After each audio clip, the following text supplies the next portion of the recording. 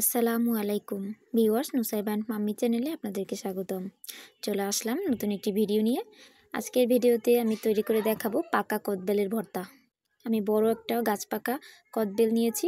কদবেলটাকে আমি ভেঙে দুই ভাগ করে নিয়েছি। এখন একটা চায়ের চামচের সাহায্যে আমি এগুলোকে তুলে নিলাম। কদবেলটা একদমই গাছ পাকা ছিল, এর জন্য এই কালারটা এরকম লাল লাল আসছে। আর কাঁচা কদবেল হলে কালার কিন্তু সাদা থাকে। আর কাঁচা কদবেল খেতে একটু কষকষ লাগে, কিন্তু পাকা কদবেল খেতে কিন্তু অনেক ভালো লাগে। আর যদি হয় এটার সাথে টক ঝাল মিষ্টি ভর্তা।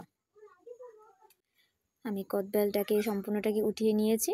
এখন আমি একটু হাত দিয়ে এভাবে চটকে নিচ্ছি। প্রথমেই কিছুটা চটকে নিয়েছি।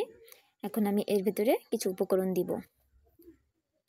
আপনারা কেউ চাইলে শুকনো মরিচ ভেজে গুঁড়ো করে দিতে পারেন, তবে কাঁচামরিচ দিলে আমার কাছে ঘ্রাণটা সুন্দর লাগে, এজন্য আমি কাঁচামরিচ দিয়েছি।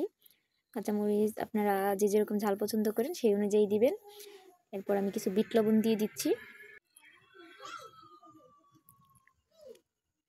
বিট লবণ দিলে ভর্তার ফ্লেভারটা খুব ভালো আসবে। এরপর আমি কিছু নর্মাল লবণ দিয়ে দিচ্ছি। আপনারা কেউ চাইলে সম্পূর্ণটা বিট লবণ দিয়েও করতে পারেন। এরপর আমি দিয়ে দিচ্ছি 2 চামচ চিনি। চিনির পরিমাণটাও আপনারা আপনাদের স্বাদ মতো দিবেন। যারা একটু বেশি টক পছন্দ করেন তারা কম চিনি দিবেন। এখন আমি এগুলোকে ভালো করে চটকে নিচ্ছি।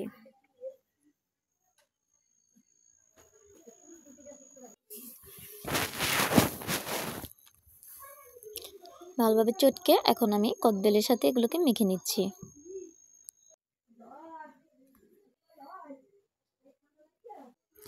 সবগুলো উপকরণ আমি হাতের সাহায্যে মেখে নিচ্ছি। কেউ চাইলে চামচ দিয়েও মেখে নিতে পারেন। এখন আমি এর ভেতরে দিয়ে দিব কিছু ধনিয়া পাতা। বাসায় যদি কাসুন্দি থাকে আপনারা কাসুন্দি অ্যাড করতে পারেন, এতেও কিন্তু সুন্দর একটা ফ্লেভার আসে। আর দিয়ে দিচ্ছি কিছু সরিষার তেল। এগুলো দিয়ে আবারও ভালোভাবে মেখে নিচ্ছি। কেউ যদি ধনিয়া পাতা স্কিপ করতে চান তাহলে করতে পারেন। ভালো করে একটু মেখে নিচ্ছি। আমার ভর্তা তৈরি হয়ে গেল, কদবেলের টক ঝাল মিষ্টি ভর্তা। কদবেল মাখা দেখলে যে কারোই মুখে পানি চলে আসবে।